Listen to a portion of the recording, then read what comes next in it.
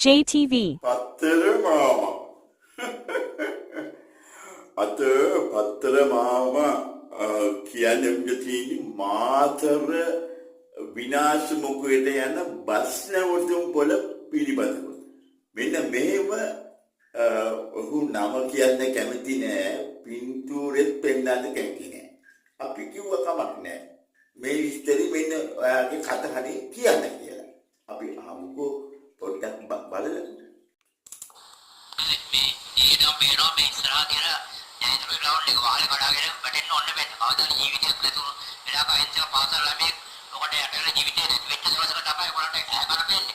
එතකම් මේක මේ රම්‍ය සුරම්‍ය සුබ කියන මේ මාලිකා වගේ හදනවා කොහොම මේ දුරපොළ නගරයක් කරනවා කොහොම මේ නගර සභාව මෙලෙක්කත් එහෙමයි. ඒවරායගේ මේක තාම හැදුනේ බස් ස්ටෑන්ඩ් එක උඩ තියෙන මොරකොම් 20ක් වෙනකම්. ඉතින් මනුස්ස තුවාල වෙනවා.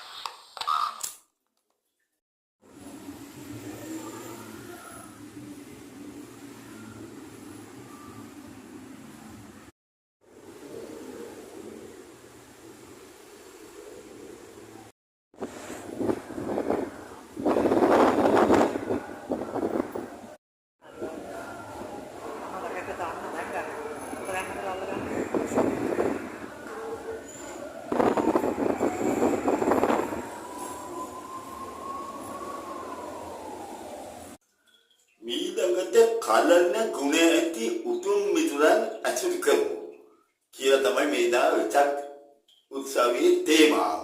විචක් සතියේ තේමාව. මේ පිළිබඳව අපේ මාණ්ඩලික මාධ්‍යවේදී අනුරද සිල්වා මෙන්න මෙහෙම කියනවා. අපි බලමු මොනවද කියලා යා කියන්නේ.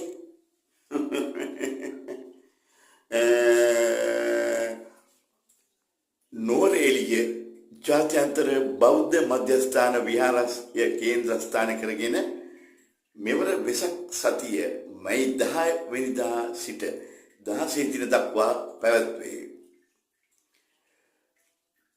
ඉතින් ඔය දින්ග තමයි කියන්න තියෙන්නේ කියලා එතුමා කිව්වා. කලන ගුණ ඇති උතුම් මිතුරන් ඇසුරු කරමු. මේ වෙසක් සතියේ තේමාව.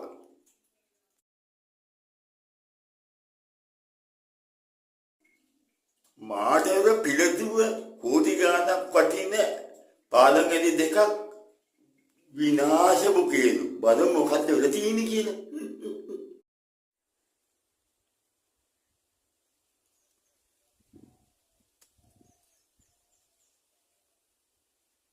අපේ සම්බන්ධිකාරක එල් බේරිගුඩ. ඉතින් මගේ කතාවෙන් පසුව